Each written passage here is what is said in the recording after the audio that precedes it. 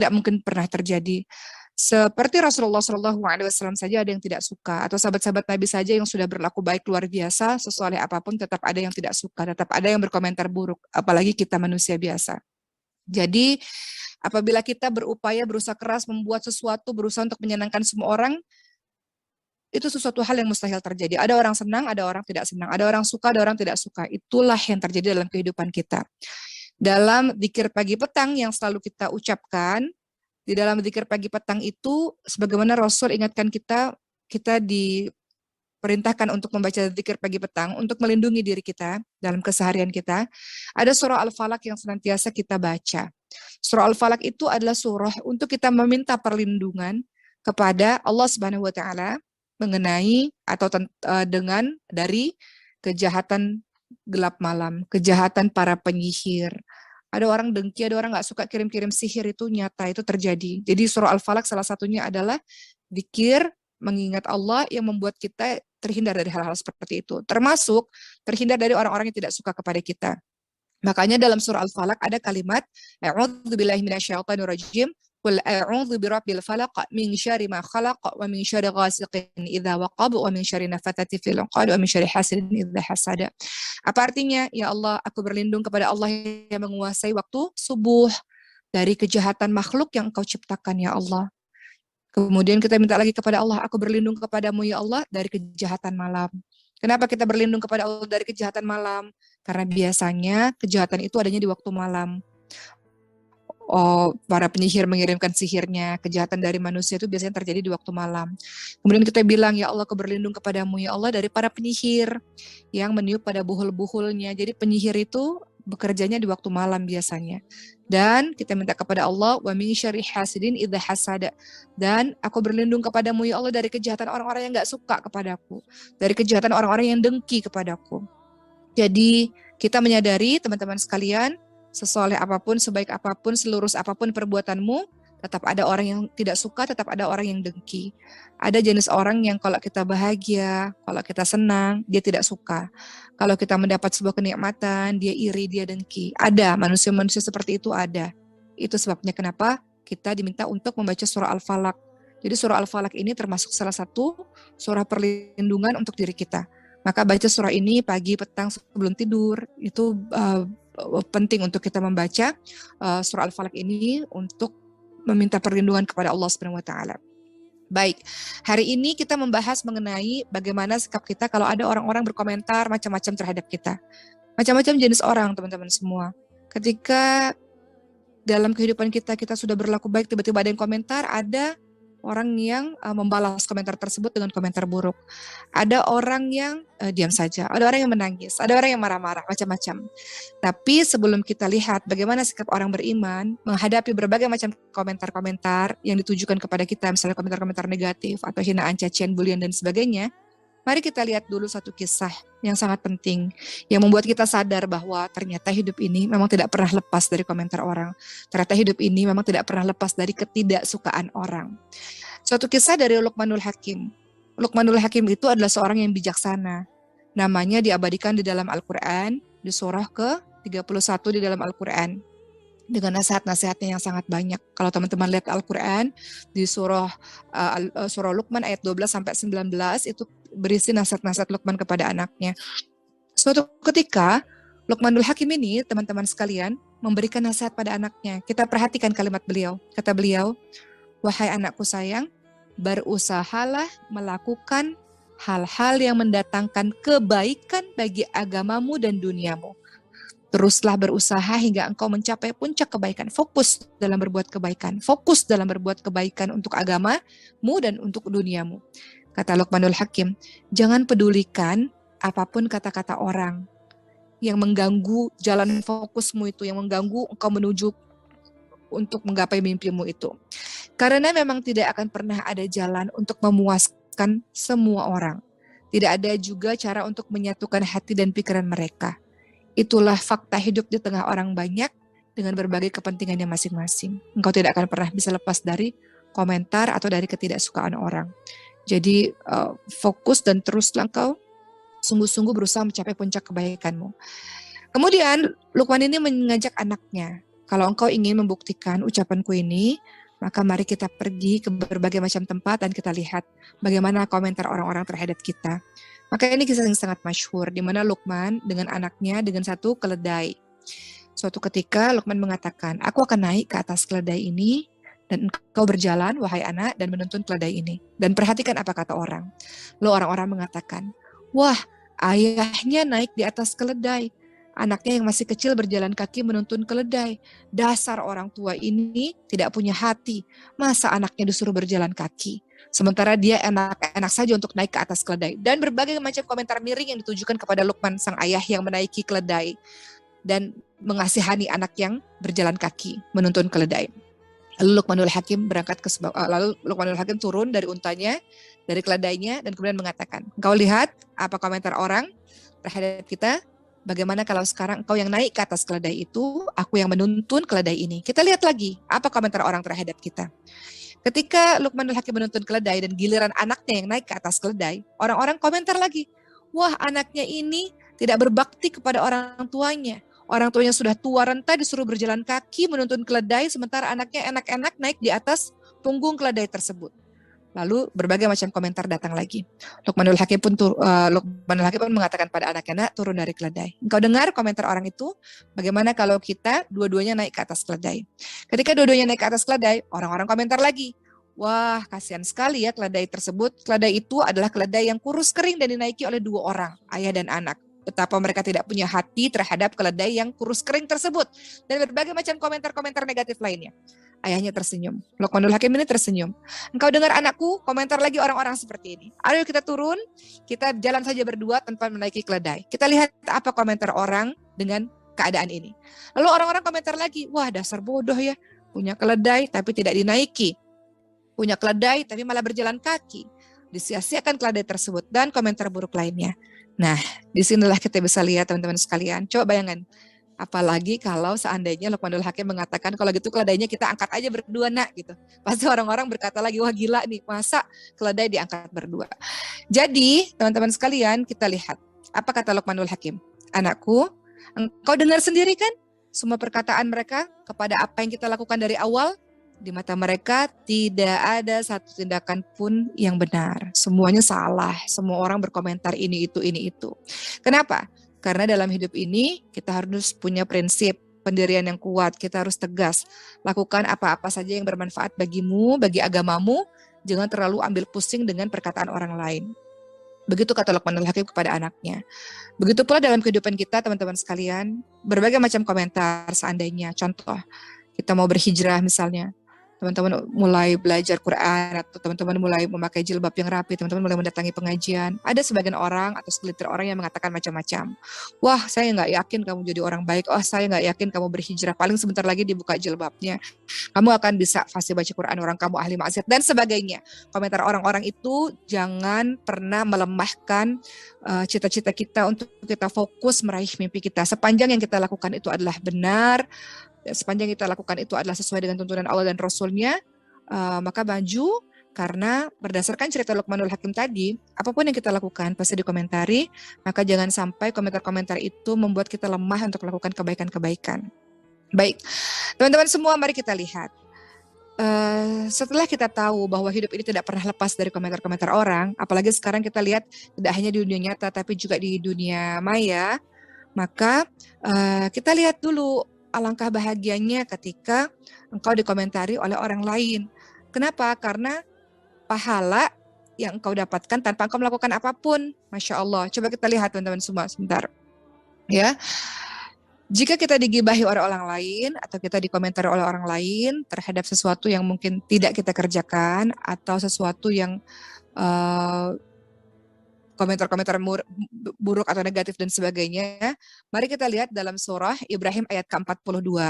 Allah Subhanahu wa taala ingatkan dalam surah Ibrahim 42, A'udzubillahi minasyaitonirrajim, wala tahsabannallaha ghafilan 'amma ya'malul zalimun. Janganlah sekali-kali kamu mengira bahwa Allah lalai dari apa yang diperbuat oleh orang-orang yang zalim. Jadi kita paham bahwa kezaliman itu tidak akan pernah dilupakan oleh Allah Subhanahu wa taala, meskipun pelaku ghibah, pelaku orang yang mencela, dia bicara terus dia lupa. Tapi Allah Subhanahu wa taala tidak pernah melupakan itu. Ketika di hari kiamat teman-teman sekalian, kita tahu akan ada yang namanya hisab, di mana pahala orang yang menzalimi akan diserahkan kepada orang yang dizalimi hingga kezaliman itu habis. Seperti yang teman-teman tahu, Rasulullah itu pernah menjelaskan kondisi orang-orang muflis. Apa itu muflis? Orang-orang bangkrut. Rasulullah pernah bertanya kepada para sahabat, kalian tahu nggak orang-orang muflis itu apa? Orang-orang bangkrut itu apa? Kemudian sahabat mengatakan, muflis atau orang bangkrut itu orang yang nggak punya harta benda, orang yang nggak punya uang ya Rasul. Kata Rasulullah Shallallahu Alaihi Wasallam, yang disebut sebagai muflis atau yang disebut sebagai bangkrut dari umatku ialah orang yang datang pada hari kiamat, dia mengira dia bawa pahala sholat, dia mengira dia bawa pahala puasa, dia mengira dia bawa pahala zakat. Namun ketika di dunia dia mencaci maki orang dengan lisannya. Ketika di dunia dia menuduh orang lain. Ketika di dunia dia menyakiti orang lain atau memukul orang lain, menumpahkan darah orang lain, melukai hati orang lain dan sebagainya. Maka apa yang terjadi kata Rasul? Maka orang-orang itu, orang-orang yang dizalimi itu akan diberi pahala dari orang yang menzalimi itu. Orang yang menzalimi itu kan punya pahala puasa, mengaji dan sebagainya. Itu diserahkan kepada orang yang dizalimi. Jika telah habis kebaikan-kebaikan orang yang menzalimi, maka dosa-dosa yang dizalimi akan ditimpakan kepada mereka. Kemudian orang yang menzalimi itu akan dilemparkan ke dalam api neraka. Hadis riwayat Muslim dan Ahmad. Ini menjadi warning buat kita. Di satu sisi kita tahu bahwa ketika ada orang mengomentari hidup kita, oke, ternyata kita mendapatkan transfer pahala luar biasa. Di satu sisi kita belajar, kita pun jangan gatal, jangan usil untuk berbicara sebelum berpikir. Jadi apapun yang kita lakukan, kita bicara, berpikir terlebih dahulu sebelum bicara, apakah menyakiti orang lain, apakah melukai hati orang lain, apakah menggores hati orang lain. Dan kita berpikir dulu sebelum kita bertindak untuk sesuatu. Jadi jangan sampai di satu sisi kita menjadi orang yang bangkrut karena zalim pada orang lain, dan di satu sisi ketika kita dizalimi maka kita paham tanpa kita melakukan apapun ternyata kita mendapatkan transfer pahala yang sangat luar biasa. Jadi kita lihat lagi teman-teman sekalian. Jadi ada dua tipe manusia, satu tipe yang dizalimi, satu yang menzalimi. Kalau ada orang yang usil, yang iseng, mengata-ngatai dan menyakiti hatimu, jangan terlalu diambil sampai engkau drop dan engkau tidak lagi melakukan kebaikan-kebaikan. Apa yang mereka lakukan atau apa yang orang-orang lakukan atau apa yang bahkan kita pernah lakukan, ghibah dan sebagainya, itu termasuk zaliman yang luar biasa. Zalim. Dalam surah Al-Hujurat ayat 12 Allah sebutkan kata Allah Subhanahu wa taala, a'udzubillahi minasyaitonir rajim, wa la yaghtab ba'dukum ba'dha yuhibbu ahadukum ay ya'kula lahma akhihi maitan fakarihtum. Jangan kau suka menggunjing satu sama lain. Jangan suka berkomentar negatif satu sama lain. Adakah seseorang di antara kamu suka memakan daging saudaranya yang sudah mati? Tentu engkau merasa jijik kepadanya. Jadi kita lihat para alim ulama, orang-orang solih memahami kezaliman ghibah, ngomentarin, caci maki dan sebagainya, itu berlanjut sampai hari akhirat. Di mana kita tahu tadi kisah tadi, di mana orang yang diribah, dikomentari akan diberi pahala dari orang yang beribahnya. Sehingga ribah mengurangi pahala seseorang. Jadi kalau kita, lisan kita, kalau kita sendiri, kita ngomentarin urusan-urusan orang lain, yang negatif-negatif, misalnya kita bumbu-bumbui dan sebagainya, itu mengurangi pahala-pahala kita. Sebaliknya orang yang diribah, orang yang dizalimi akan bertambah pahalanya. Mari kita lihat teman-teman sekalian perkataan berbagai macam ulama mengenai hal-hal ini. Apa yang dikatakan oleh Hasan Al-Basri, beliau adalah seorang ulama tabi'in. Beliau katakan, demi Allah, ribah lebih cepat menggerogoti agama seorang mukmin dibandingkan orang yang makan badannya. Jadi ribah itu sangat cepat sekali menggerogoti agama seorang mukmin. Orang beriman dia sangat berhati-hati menjaga lisannya. Dia sangat berhati-hati untuk tidak melukai hati saudaranya. Kemudian ada lagi yang mengatakan kepada Hasan Al-Basri, wahai Hasan Al-Basri, aku dengar si fulan ini telah menggibahimu, mengomentarimu macam-macam, berkata macam-macam, menyebarkan fitnah dan sebagainya, menambah-nambahi, membumbu-bumbui dan sebagainya. Lalu Hasan Al-Basri ketika mendengar hal itu dan Hasan Al-Basri tahu bahwa memang orang itu mengatakan hal demikian, justru beliau mengirimkan hadiah kepada orang tersebut. Kata Hasan Al-Basri, aku menghadiahkan ini kepadamu karena aku berterima kasih padamu, engkau telah menghadiahkan pahala untukku, maka aku ingin membalasnya. Saya mohon maaf karena tidak mampu memberikan balasan yang setimpal. Artinya Hasan al-Basri justru mengatakan bahwa alhamdulillah ketika ada orang yang menghibah, memfitnah dan sebagainya, berarti dia telah mentransfer pahala untuk saya. Itu tidak mudah teman-teman semua. Kadang-kadang ketika kita mengalami hal-hal tersebut dalam kehidupan kita, dengan teman satu kantor kah, dengan saudara sendiri kah, dengan teman-teman, mungkin teman-teman yang lain-lain kah, ketika ada orang yang mengata-ngatai kita, kadang-kadang kita marah, kadang-kadang kita ingin membalas. Kamu buka kartu saya atau kamu jelek-jelekan saya juga bisa jelek-jelekan kamu. Kadang-kadang kita marah seperti itu. Tapi kalau kita lihat sifatnya Hasan al-Basri, Masya Allah, beliau justru punya konsep pemikiran, saya udah ditransfer pahala, kenapa saya harus marah-marah? Justru yang dilakukan Hasan al-Basri malah mengucapkan terima kasih dan memberikan hadiah, karena orang tersebut telah mengirimkan pahala untuknya. Ya, dikatakan lagi kepada salah seorang ulama, ada orang yang menggibahimu, mengomentarimu dan sebagainya, lalu ulama tersebut mengatakan, dia telah memberikan pahala untukku, alhamdulillah, begitu katanya. Jadi karakter orang beriman ini tenang, Masya Allah. Ini pun Uma pribadi menasihati diri Uma belajar untuk itu, dan juga kita semua. Jadi tidak seperti reaktif itu, cepat apa-apa direspon, tapi kita belajar dari kisah para ulama ini, berarti dia telah memberikan pahala untukmu. Ya. Kemudian ada lagi yang mengatakan, andaikan bukan karena benci pada maksiat kepada Allah, maka aku akan melakukan maksiat, dan sungguh aku berangan-angan, andaikan semua penduduk kota ini menggibahiku, tidak ada sesuatu yang lebih membahagiakan, melebihi orang yang melihat pahala yang tertulis di catatan amalnya, sementara dia tidak melakukan apa-apa, katanya. Dalam hadis surat Al-Baihaqi disebutkan demikian. Jadi ada orang mengatakan begini, aku bahagia sekali, katanya. Andaikan kalau bisa, aku berandai-andai semua penduduk kota ini menggibahiku, artinya aku dapat pahala tanpa aku melakukan apa-apa. Ya kan, teman-teman kan kalau mendapatkan pahala, teman-teman harus sholat dulu, teman-teman mengaji dulu, teman-teman sodakoh dulu, melakukan sesuatu kan. Tapi kalau teman-teman di komentari atau di fitnah atau apapun itu yang menyakiti hati, teman-teman duduk-duduk tenang, kemudian Allah memberikan transferan pahala itu, Masya Allah. Kemudian ada lagi seseorang ulama mengatakan tentang Abu Hanifah, sungguh Abu Hanifah itu sangat menghindari ribah. Belum pernah aku mendengar beliau menghibah seorang pun sampai menghibahi musuhnya. Jadi Abu Hanifah itu adalah seseorang yang gak pernah menghibah siapapun. Juga tidak pernah menghibahi musuhnya. Tidak pernah menghibahi orang yang tidak disukainya. Kemudian dikatakan demi Allah, Abu Hanifah itu beliau sangat menyadari sehingga beliau tidak ingin pahalanya sampai hilang. Jadi ini juga berlaku kepada kita, teman-teman semua. Kadang-kadang dalam kita kumpul-kumpul, iseng-iseng komentar ini, komentar itu, tanpa kita sadari, pahala capek-capek yang kita sudah kumpulkan akan menjadi hilang dan tertransfer kepada orang yang sudah kita bicarakan. Baik, itu mengenai cerita-cerita singkat. Sekarang Uma akan banyak bercerita tentang bagaimana sikap-sikap orang yang ketika dikomentari macam-macam. Ternyata urusan komentar-komentar ini atau dikata-katai dan sebagainya, itu tidak hanya di urusan kita berteman dengan orang banyak. Kadang-kadang teman-teman di rumah pun teman-teman mengalami itu, misalnya dari kakak sendiri atau dari adik sendiri, atau dari orang tua sendiri, dari suami sendiri, dari istri sendiri. Kita bisa lihat dari kisahnya Sayyidina Umar bin Khattab radhiyallahu anhu. Beliau juga dikata-katai, dikomentari, diomeli oleh sang istri. Terus kita lihat bagaimana sifatnya Sayyidina Umar bin Khattab ini. Padahal kita tahu Sayyidina Umar bin Khattab ini orang yang kuat, badannya besar, tukang bergulat, dan semua orang takut pada Umar bin Khattab radhiyallahu anhu. Tapi ketika beliau dikomentari macam-macam oleh istrinya, beliau memilih untuk sikap sabar. Sabar itu apa? Sabar itu mampu melawan tapi tahan, mampu marah tapi tahan, mampu merespon balik tapi tahan. Hal ini terjadi ketika ada seorang pemuda mau mengadukan urusan rumah tangganya kepada Sayyidina Umar bin Khattab. Pemuda itu ingin berkata dan ingin mengadu kepada Sayyidina Umar bin Khattab karena istrinya ngekomentar terus. Ketika sampai di depan rumah pintu Sayyidina Umar bin Khattab, pemuda tersebut menyadari bahwa istrinya Sayyidina Umar bin Khattab juga mengomentari macam-macam kepada Sayyidina Umar bin Khattab. Dan ajaibnya, Sayyidina Umar bin Khattab tidak mengucapkan sepatah kata pun, tidak marah, tidak membalas, membabi buta dan sebagainya.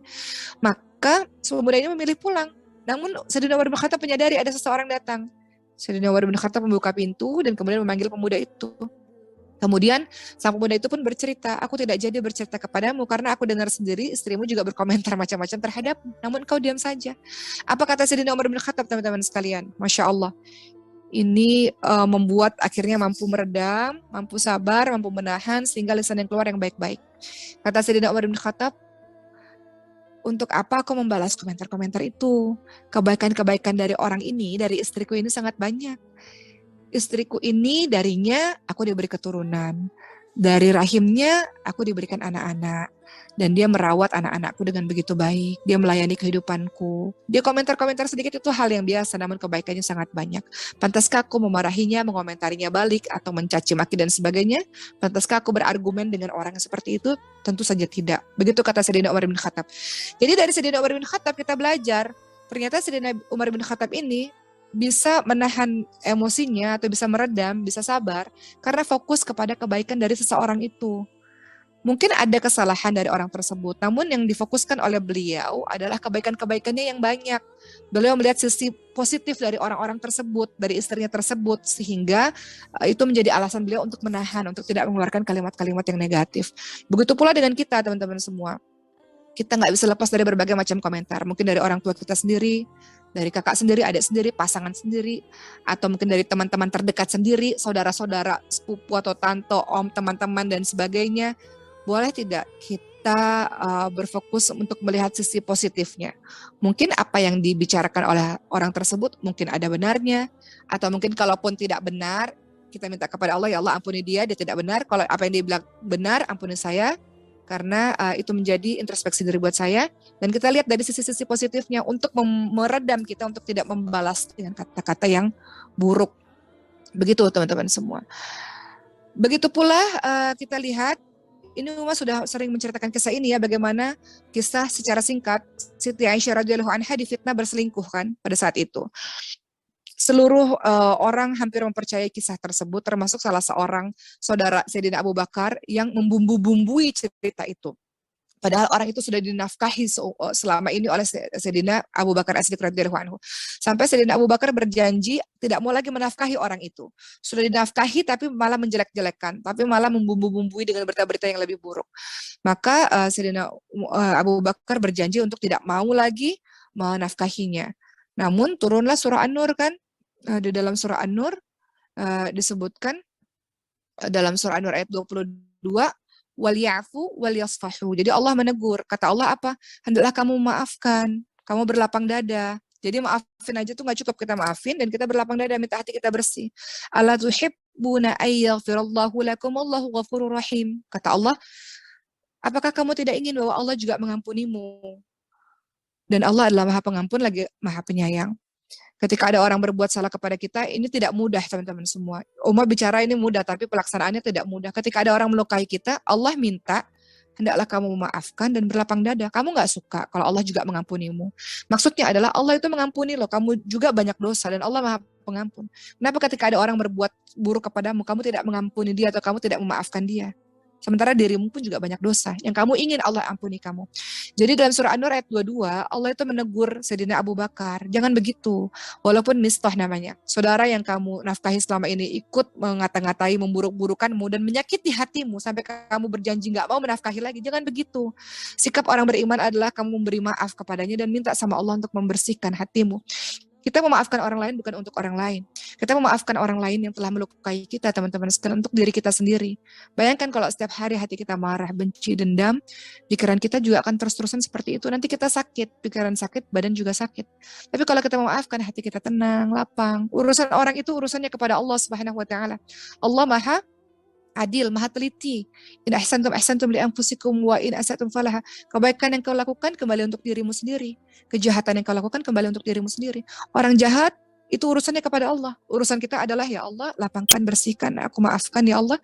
Sebagaimana Allah Subhanahu wa taala menegur Sayyidina Abu Bakar untuk memaafkan dan berlapang dada. Karena untuk dirinya sendiri.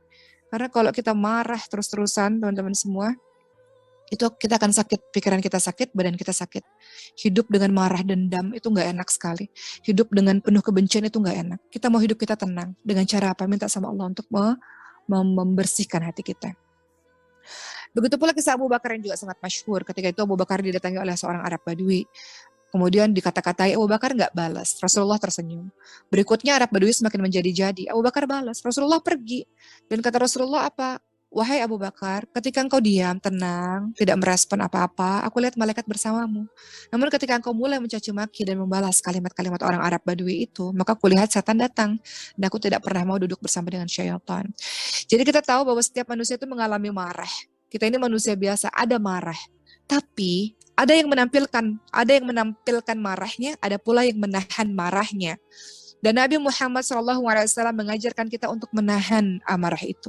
Bahkan menghadiahi syurga untuk orang-orang yang mampu menahan marah. Makanya ada kalimat la taqdab walakal jannah. Tahan marah itu, janganlah kamu marah maka bagimu syurga. Jadi kita kesel marah itu hal yang lumrah. Tapi dalam agama kita diajarkan, ayo kita tahan amarah itu. Berbeda kalau agama yang diejek, Nabi Muhammad yang diejek kita marah. Namun kalau untuk urusan pribadi kita minta sama Allah untuk tahan dan tidak merespon dengan hal-hal yang buruk.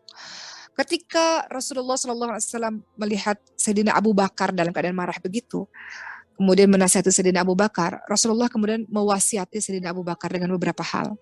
Beliau mengatakan, wahai Abu Bakar, seorang hamba yang teraniaya akan mendapatkan kemenangan dan pertolongan Allah jika dia memasrahkannya kepada Allah. Artinya apa? Allah menghendaki hamba-hambanya menghindari pembalasan dendam secara langsung. Allah menghendaki hamba-hambanya ketika terluka, sakit hati dengan perkataan, komentar dan sebagainya, menyerahkan semuanya kepada Allah SWT dan Allah akan mengangkat derajat itu. Kemudian yang kedua, kata Nabi Muhammad kepada Sayyidina Abu Bakar, seseorang yang banyak memberi untuk menyambung persaudaraan akan ditambahkan kenikmatan oleh Allah. Memberi itu apa? Memberi kepada saudaranya itu nggak melulu dengan memberi uang, tapi memberi maaf. Memberi maaf itu juga tidak kalah penting. Orang yang memberi maaf pada orang yang menyakitinya akan mendapatkan pahala yang besar dari Allah SWT. Kita tahu teman-teman sekalian, doa orang yang teraniaya, doa orang yang dizalimi itu mustajab. Meskipun dia ahli maksiat, kalau dia disakiti, dia dizalimi, ketika dia doa, maka mustajab. Apa kata Rasulullah dalam hadis surat Imam Ahmad? Takutlah kalian kepada doa orang-orang yang dizalimi, karena sesungguhnya tidak ada penghalang antara dia dan Allah. Artinya doanya mustajab.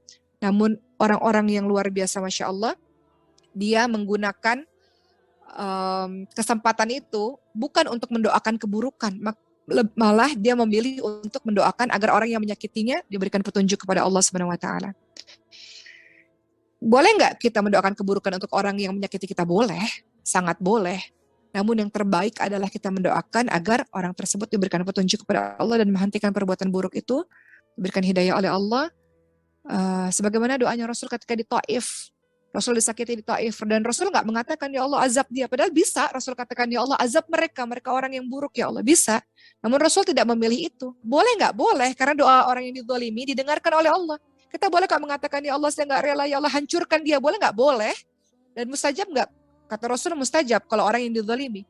Namun Rasul tidak memilih jalan itu, teman-teman semua. Rasul memilih berdakwah dalam doanya. Rasul memilih untuk mendoakan orang-orang Taif yang melukainya, yang menyakiti hatinya. Begitu pula dengan kita, begitu pula dengan saya. Tidak mudah memang. Namun Masya Allah, bayangkan ketika kita melakukan sebuah kebaikan dengan doa kita, orang itu berubah misalnya, jadi lebih baik dia tidak menyakiti orang lain. Dia berubah karena doa kita, dia berubah karena kita sedang berdakwah dalam doa kita. Artinya kita punya kesempatan untuk membantu perubahan orang tersebut ke arah yang lebih baik dengan doa-doa kita, Masya Allah. Jadi kita lihat teman-teman semua, teman-teman perhatikan surah Asy-Syu'ara ayat 40 ya. Surah Asy-Syu'ara ayat 40. Ada kalimat begini, ini 3 cara orang membalas kejahatan orang lain. Di dalam surah Asy-Syu'ara 40 itu dijelaskan begini. A'udzubillahi minasyaitonirrajim. Wa jazaa'u sayyi'atin sayyi'atum mithluha faman 'afa wa aslaha fa ajruhu 'ala Allah innahu la yuhibbudz zalimin. Ada 3 jenis orang ketika dalam surah Asy-Syu'ara. Kalau saya nggak salah ya, Asy-Syu'ara ayat ke-40. Ada 3 jenis orang ketika membalas kejahatan orang lain. Kata Allah dalam surah tersebut, dan balaslah suatu kejahatan dengan kejahatan yang serupa. Ada orang yang, oh kamu ngata-ngatain saya bisa ngatain kamu balik. Oh kamu melukai hati saya juga bisa ngelukain kamu. Membalas satu kejahatan dengan kejahatan yang serupa, silahkan saja. Kemudian Allah katakan berikutnya, namun barang siapa yang memaafkan dan berbuat baik, maka pahalanya menjadi tanggungan Allah. Jenis orang kedua, dia memaafkan. Dan dia justru membalasnya dengan kebaikan. Ada orang melukai, menyakitinya, dia nggak balas dengan kalimat-kalimat serupa yang buruk. Dia balas dengan kalimat-kalimat yang baik, kalimat-kalimat yang santun, dia doakan dengan kalimat-kalimat yang baik. Kata Allah, pahalanya menjadi tanggungan Allah. Orang ketiga, sesungguhnya Allah tidak menyukai orang-orang yang zalim. Dia balas sesuatu dengan yang lebih keji, dengan yang lebih jahat, itu namanya zalim. Membalas sesuatu dengan yang lebih jahat. Oh, kamu jahat sama kamu, kalau baik sama saya bisa lebih baik sama kamu. Kalau kamu jahat sama saya bisa lebih jahat sama kamu. Itu namanya zalim. Dan Islam tidak mengajarkan hal tersebut. Jadi dalam surah ini ada 3 jenis manusia. Boleh nggak balas kejahatan dengan kejahatan yang serupa? Silahkan. Namun yang dianjurkan oleh Allah Subhanahu Wa Taala adalah barang siapa yang memaafkan. Dan memaafkan itu tidak mudah. Di dalam Quran tidak ada meminta maaf, tapi dalam Quran itu adalah memberi maaf. Dan sifat orang-orang bertakwa yang dijanjikan syurga oleh Allah dalam surah Ali Imran 133 sampai 135, teman-teman lihat, salah satunya adalah menahan marah dan mudah memberi maaf. Dan ada pintu syurga khusus untuk orang-orang yang mudah memberi maaf kepada orang lain. Bahkan sebelum orang itu minta, mudah memberi maaf. Jadi kata Allah, maka barang siapa yang memaafkan dan berbuat baik, maka pahalanya atas tanggungan Allah. Masya Allah.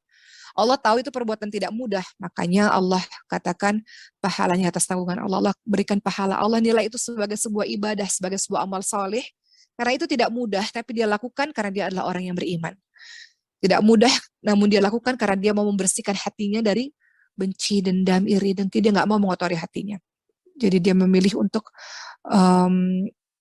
minta pada Allah agar mudah memaafkannya. Begitu teman-teman. Dalam surah Al-Furqan ayat 63 juga demikian. Allah Subhanahu wa taala ingatkan sifat orang-orang soleh, sifat orang-orang beriman, sifat orang-orang yang pengasih. Apa kata Allah Subhanahu wa taala? A'udzubillahi minasyaitonirrajim. Wa ibadur rahmanil ladzina yamshuna 'alal ardi hauna wa idza khatabahumul jahiluna qalu salama. Dan hamba-hamba Tuhan yang Maha Penyayang adalah orang yang berjalan di muka bumi ini dengan rendah hati. Dan ketika ada orang jahil menyapa mereka, mereka mengucapkan kalimat-kalimat keselamatan, qalu salama. Mereka nggak ikut-ikutan mengucapkan kalimat-kalimat buruk. Jadi di sini kita bisa lihat ada sifat yang dua, sifat tawadhu, rendah hati, dan mengucapkan kalimat-kalimat yang penuh dengan keselamatan. Ini pun nggak mudah teman-teman semua. Nggak semua orang bisa melakukannya. Bahkan banyak orang yang sudah mungkin mengaji sekalipun tetap aja kadang-kadang keluar kata-katanya buruk ketika dia marah. Makanya kualitas diri seseorang terlihat pada saat dia sedang marah. Bagaimana dia marahnya, itulah dia yang sebenarnya. Jadi dalam surah Al-Furqan 63 ini disebutkan orang Allah itu suka orang-orang yang rendah hati, orang-orang yang tawadhu. Ketika ada orang yang mengata-ngatai kita, teman-teman sekalian, ini salah satu tanda rendah hati. Ketika ada orang yang mengata-ngatai kita, boleh nggak kita berpikir begini, apa yang kamu kata-katakan tentang saya, itu baru sedikit kejelekan saya yang kamu tahu. Kejelekan saya yang banyak sekali, yang Allah tutupi itu lebih dahsyat. Allah tutupi kejelekan saya yang sangat banyak yang kamu nggak tahu. Jadi nggak ada alasan kita untuk marah-marah. Karena kita tahu apa yang dia bilang tuh nggak seberapa. Keburukan kita, kejahatan kita, maksiat kita jauh lebih banyak dari apa yang dia tahu. Dan Allah sudah menutupi aib itu. Jadi kita rendah hati. Rendah hati di hadapan Allah Subhanahu wa taala. Kita berterima kasih kepada Allah, ya Allah, Engkau sudah menutupi aibku, ya Allah. Mereka nggak tahu aib ini. Mereka hanya tahu aib yang sedikit yang mereka komentari, itu aib yang sedikit saja. Jadi kita bersyukur kepada Allah Subhanahu wa taala yang telah menutup aib kita. Makanya nggak ada alasan untuk kita marah-marah. Karena sebenarnya keburukan kita jauh lebih banyak daripada yang orang itu tahu. Ya nggak teman-teman semua. Makanya dalam sholat kita katakan kan, Rabbighfirli, kita katakan apa? Allahumma firli warhamni, Rabbi firli warhamni wajiburni warfa'ni warzuqni wahdini wa'afini wa'fa'ni.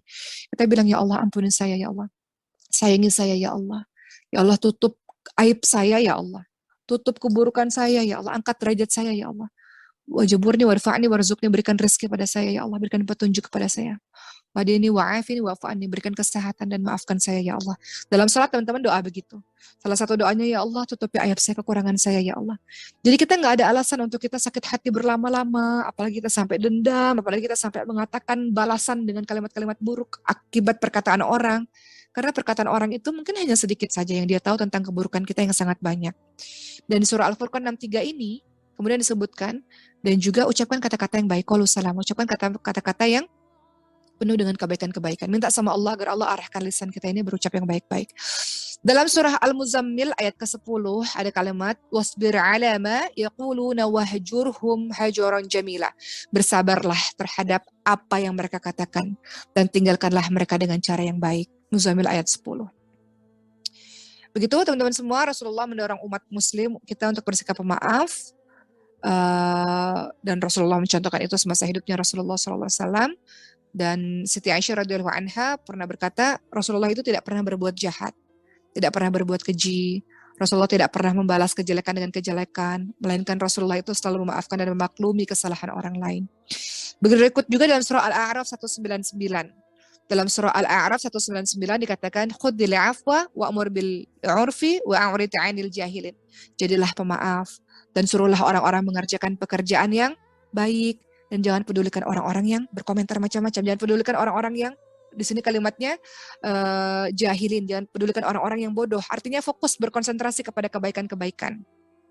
Kita lihat beberapa hadis tentang memaafkan kesalahan orang lain, teman-teman semua. Dalam hadis riwayat Muslim dikatakan, tidaklah sedekah itu mengurangi harta, tidaklah Allah menambah bagi seorang hamba dengan pemberian maaf kepada saudaranya kecuali kemuliaan di dunia dan di akhirat.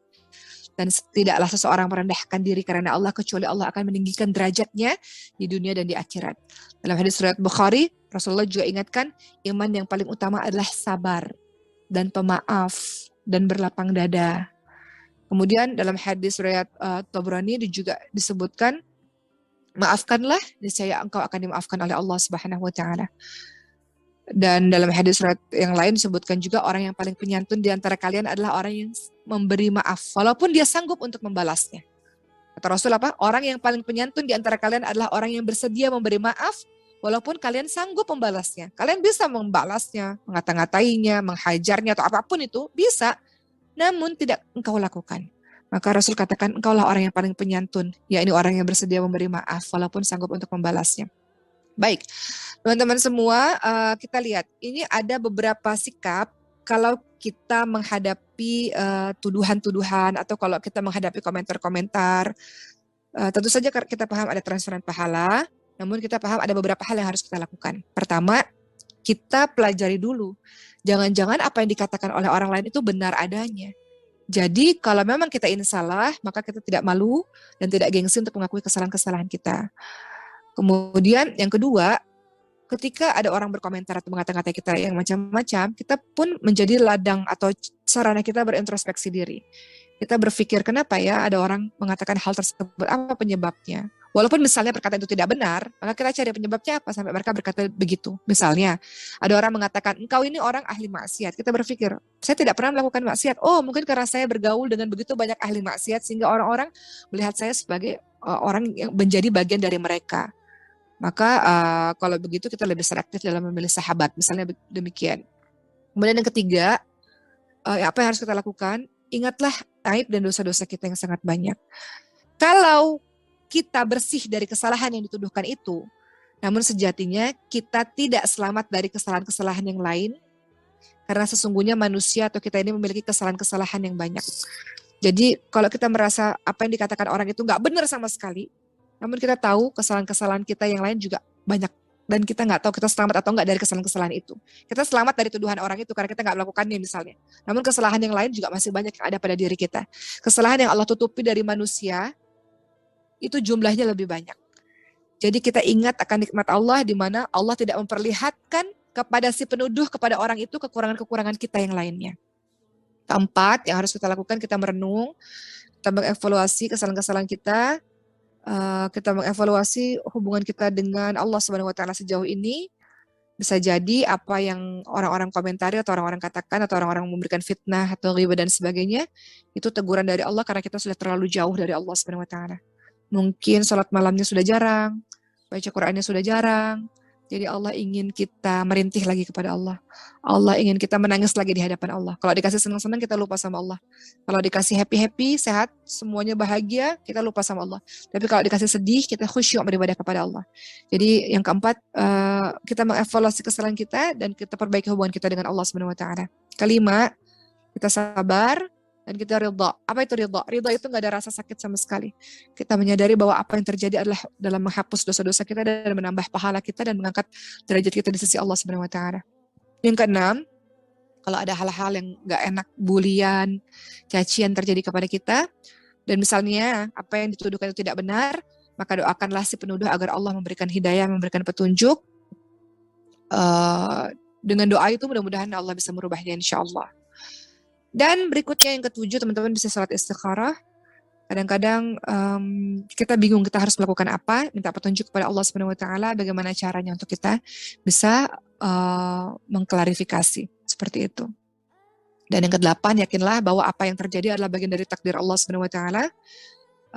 Dan pasti Allah akan memberikan hikmah yang banyak untuk kita belajar tawadhu, belajar sabar, belajar kuat, belajar tangguh. Dalam surah Al-Baqarah 216 Allah Subhanahu wa taala ingatkan, wa asa an takrahu syai'an wa huwa khairul lakum wa asa an tuhibbu syai'an wa huwa syarrul lakum wallahu ya'lamu wa antum la ta'lamun. Boleh jadi apa yang kamu tidak suka itulah yang terbaik bagimu. Boleh jadi apa yang kamu suka itu tidak terbaik untukmu. Allah mengetahui dan manusia tidak mengetahui. Jadi apapun yang terjadi dalam kehidupan kita, yakini itu bagian dari takdir Allah, kita terima, kita jalani, dan kita paham bahwa ada hal yang ingin Allah ajarkan dalam kehidupan kita. Begitu teman-teman semua, jadi kita maafkan kesalahan orang-orang, kita hapuskan dendam kita, dan semoga kita berharap agar Allah memaafkan kesalahan kita juga. Dan walaupun kita boleh menuntut di hari akhir, ya Allah balas dia ya Allah, namun kita juga sadari, kita pun juga belum tentu selamat di hari akhir. Kita tahu bahwa Allah Subhanahu wa taala Maha Pengampun, semua dosa kita itu dimaafkan oleh Allah Subhanahu wa taala ketika kita mau bertobat dan nasuha. Lantas kenapa sebagai manusia kita nggak mau memaafkan kesalahan orang lain? Bisa jadi itu hanya kesalahan kecil atau hanya kesalahan sekali dua kali. Jadi kita maafkan kesalahan orang lain sambil kita terus untuk memperbaiki diri kita. Jadi terakhir dari Uma pada hari ini, lupakan orang-orang yang menyakiti kita, maafkan orang-orang yang mencela kita, ridha dengan lisan-lisan yang melukai hati kita, fokus dan kejar saja ridha Allah Subhanahu wa taala, fokus untuk menjadi orang baik, fokus untuk menggapai cinta Allah Subhanahu wa taala, jangan terganggu dengan apapun, dan mudah-mudahan teman-teman semua bisa meraih apa yang dicita-citakan dengan fokus itu tadi. Mungkin gitu teman-teman sekalian, alhamdulillah sekian tausiah pada hari ini, kita bertemu lagi di Jumat depan. Teman-teman boleh komen di kolom komentar mau tema tentang apa, kita akan bahas secara tematik, tema-tema yang teman-teman request. Sekian dari Uma, terima kasih, selamat menjalankan hari Jumat, jangan lupa membaca surah Al-Kahfi, dan banyak melakukan amal-amal soleh di hari Jumat ini, dan semoga Allah bimbing kita untuk terus jadi orang baik. Terima kasih, Assalamualaikum warahmatullahi wabarakatuh.